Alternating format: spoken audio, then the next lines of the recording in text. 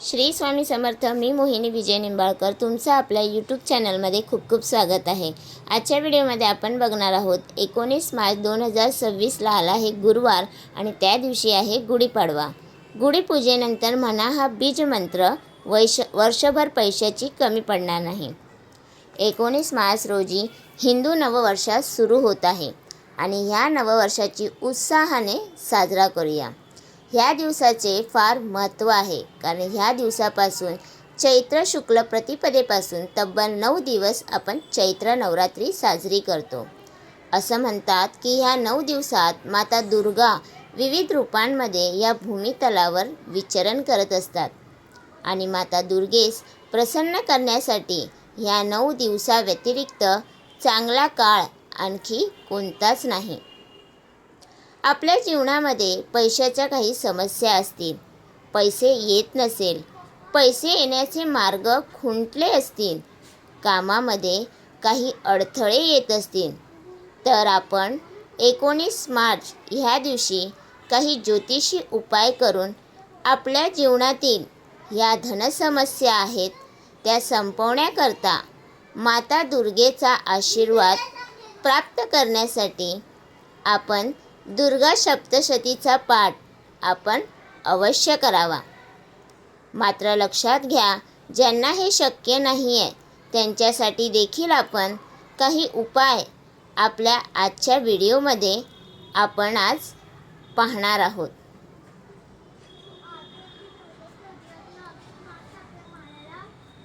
या दिवशी आपण लवकर उठावे. जरी लवकर उठणे झाले नाही तरी काळजी करू नये. त्यांनी देखील हा उपाय करू शकता. मात्र शक्यतो आपण सूर्योदयापूर्वीच उठावे. स्नान करून घ्यावे. स्नान करण्यासाठी आपण थोडेसे मोहरीचे तेल, त्यात थोडेसे बेसन पीठ, नंतर त्यात थोडी हळद व गौमातेचे कच्चे दूध असे हे मिश्रण करून छान असे उटणे बनवावे व त्या उठण्याने आपले अंग धुवून घ्यावे. असे म्हणतात की अशी उटणे लावून आंघोळ केल्याने आपले शरीर शुद्धीकरण होते. जी काही पापकर्मे आपल्याकडून झाली असतात ती धुवून निघतात. त्यानंतर आपली देवपूजा करावी. पूजा करताना आपण माता दुर्गेची मूर्ती असेल तर उत्तमच, नसेल तर आपण एक प्रतिमा तिथे स्थापन करावी आणि त्यांची पूजा करावी.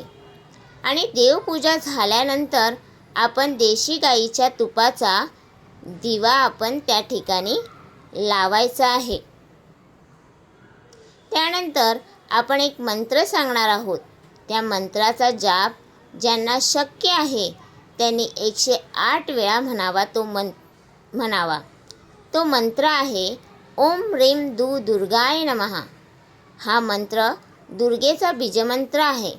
केवळ ह्याच्या उच्चारल्याने माता दुर्गेची कृपा आपल्यावर नक्की होईल. लक्षात घ्या की आपण घरातील सर्व लोक एकत्र येऊन जर ही पूजा केली तर अति उत्तमच होईल.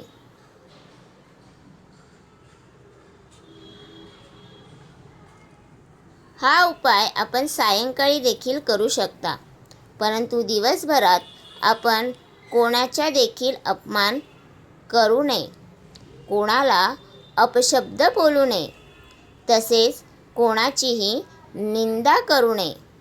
आपण शुद्ध भावनेने हे सर्व करत आहोत. आपल्याला दोष लागतील असे वर्तन आपण करू नये.